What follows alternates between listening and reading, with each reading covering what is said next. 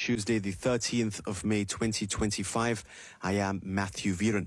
Back to our news breaking stories now. An employment equity specialist says that the Democratic Alliance's challenge of the Employment Equity Amendment Act could significantly delay its implementation. Now, last week, the High Court in Pretoria reserved judgment in the DA's challenge in its heads of argument. The DA argues that Section 15A, as amended, violates the rights of coloureds, Indians and white people. The party says the draft legislation was tagged incorrectly, making it therefore invalid.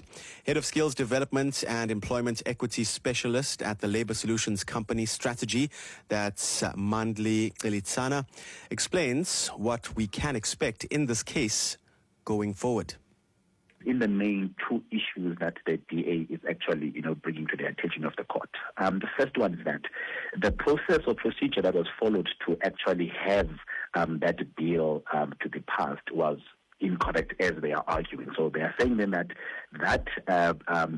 bill should have been, tagged as the Section 76 of the Constitution and not Section 75, meaning then that it should have went through the process of it being engaged with the NCPOP and not necessarily National Assembly. So what then that means is that what they're arguing is that they want that particular amendment, rather the bill or the act itself, to be set aside because they're saying that the procedure that was followed was not incorrect.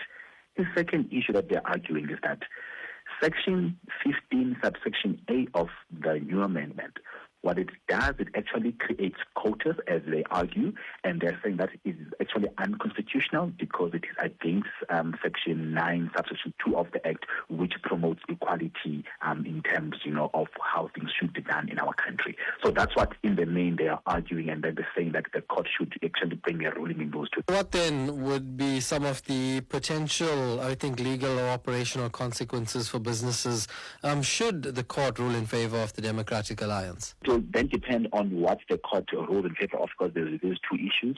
If, let's say, the court actually rules in favor on the first matter of, the act itself, being not constitutional, or the manner in which it was followed, the process not being correct, it then means then that what we have been complying with previously, which is before the 1st of January this year, all employers will have to go back to that legislation or to the act as it was then.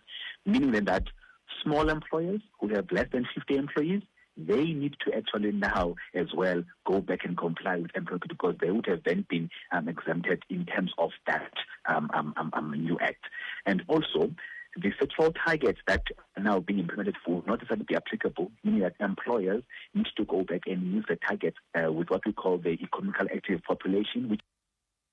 And that was Mandli Qilitsana, the head of skills development at Strata-g, which is a Labour Solutions company, talking there to Newsbreak's Tashlin Naidu. Medical Monitor.